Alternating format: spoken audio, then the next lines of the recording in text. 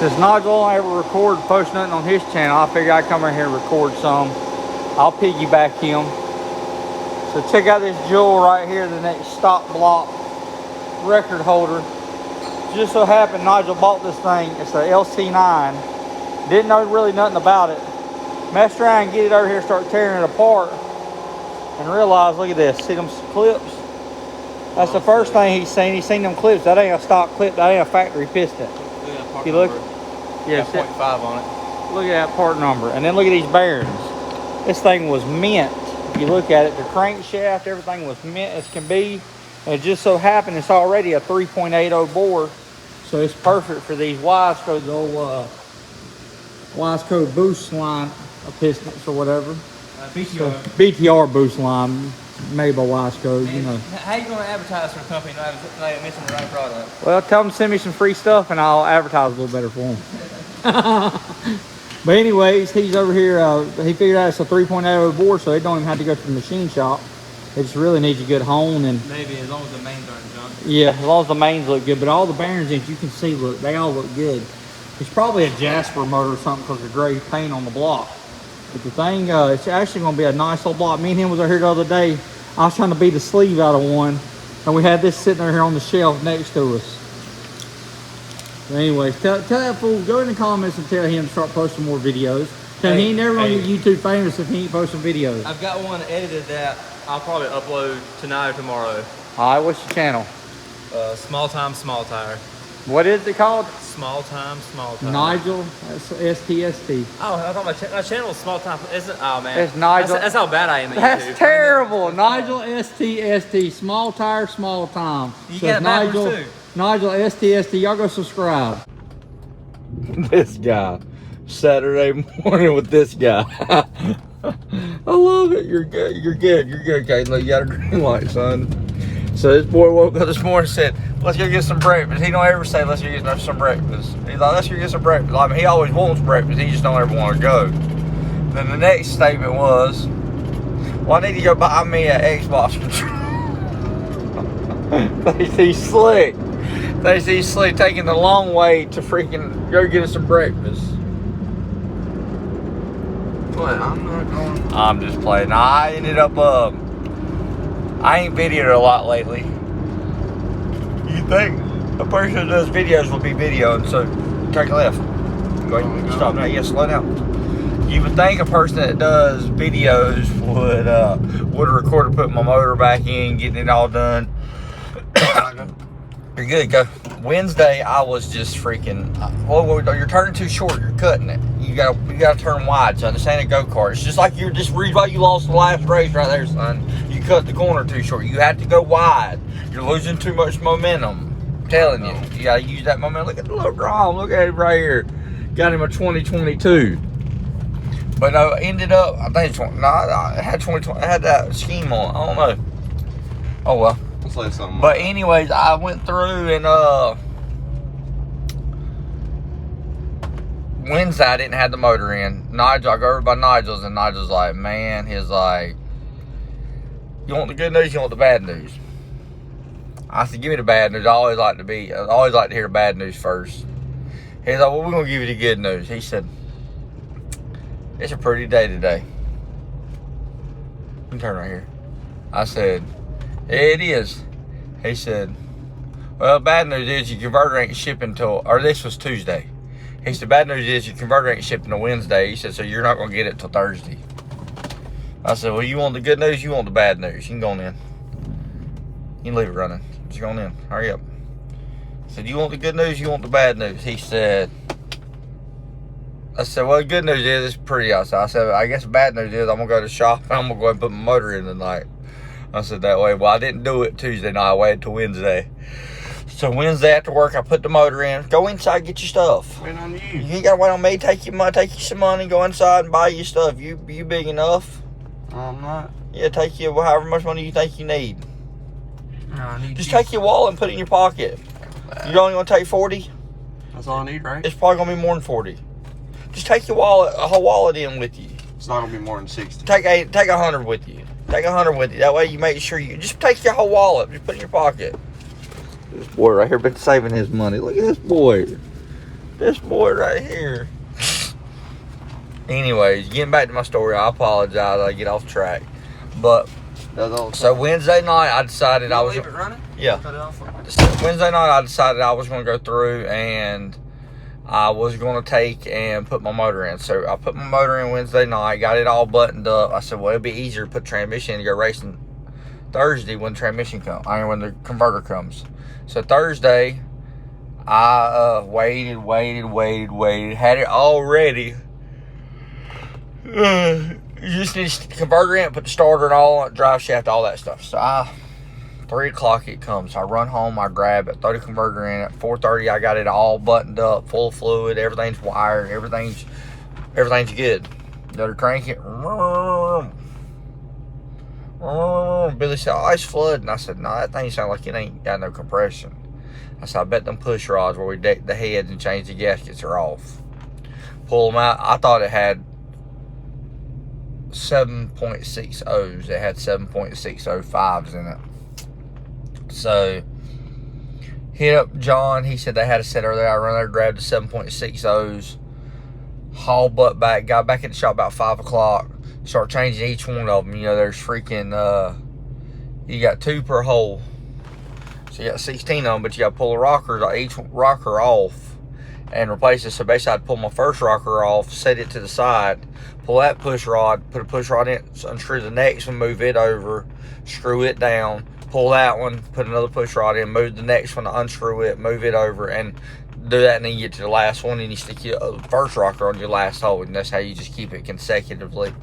So I got all that took care of, and I got that thing fired up, and I look at the clock, and it's freaking 5:30, 5:45.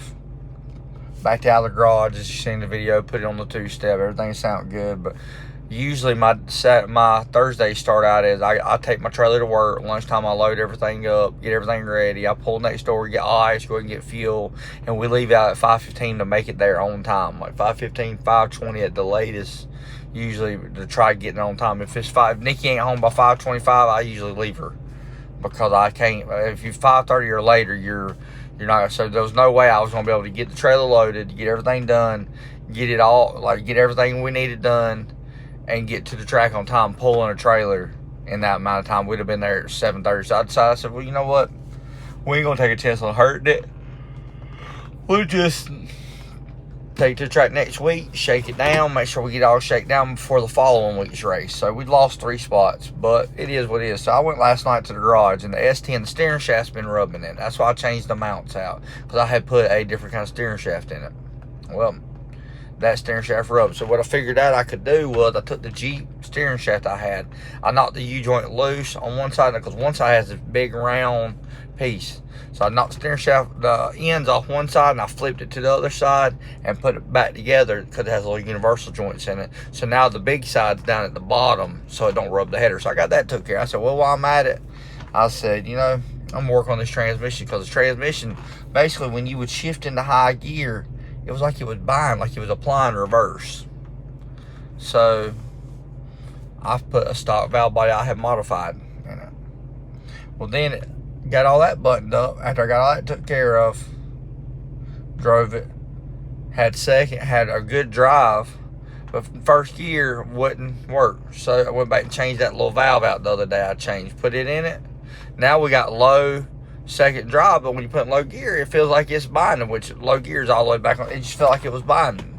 So I got looking online, and it says that the 1-2 accumulator, you got to make sure the seal's on it, because the 1-2 accumulator, it's in there where the piston is for reverse, and if the seals are bad, well, I usually take that out because we usually put trans-brake valve bodies in. So you take it out for a trans-brake. That's how you get the little plunger to work right. So my issue is that accumulator. So I'm gonna go back to the garage in a minute and fix it. So I basically went to work yesterday I was at the shop at 8 o'clock, and I worked till almost 10 o'clock last night.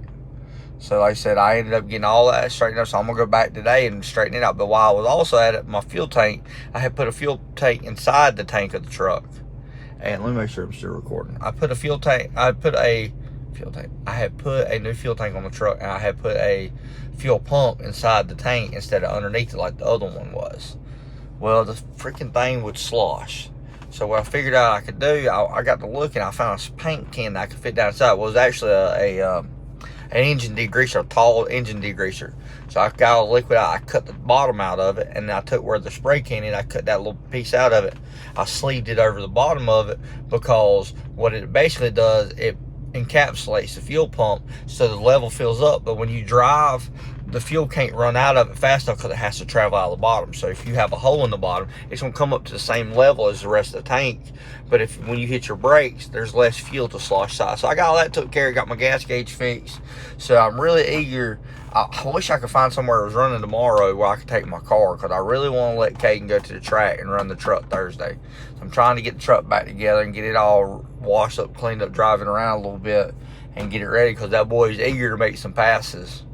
So anyways, y'all wish me luck. I'm gonna go do a little work today, and y'all ride with me. Appreciate it. Being lazy today, letting the automatic car wash do its thing. We'll check, see how good of a job it does when we pull up out of here or whatnot, and see if it's up to my standards or not. So we'll see here in just a minute. Car wash got the old truck looking pretty good.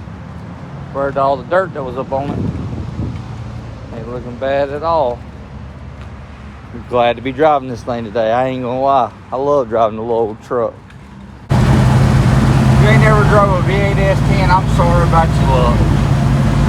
Man, I'm gonna tell you, look, speedometer ain't hooked up in it, oil pressure gauge ain't hooked up in it, voltmeter works, temperature gauge ain't hooked up in it, but you know what? I ain't got a care in the world, because you know what? If it tears up, I'll fix it. I've been through this thing about 5 years with none of the gauges. I used to have them all working. And when I swapped in a motor one time, I didn't hook them all up. And I said, you know what? I ain't worried about it. It tears up, it tears up. And this thing right here, I love driving this little truck. She's just cool. Look her across that old hood, making her shine.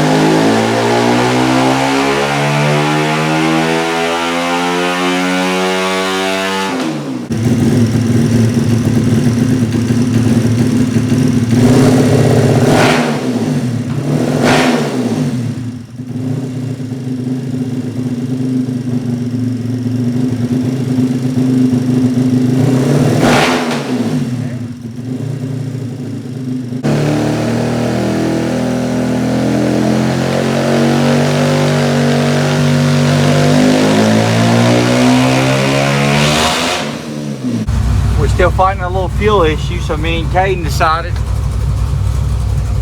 take the bed off. I got the battery strapped in the back. We're gonna go see if we get this thing fixed. I'm sorry the camera's dirty. It is what it is.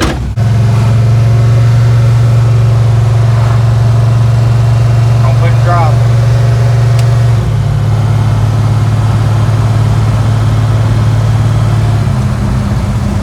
What you think?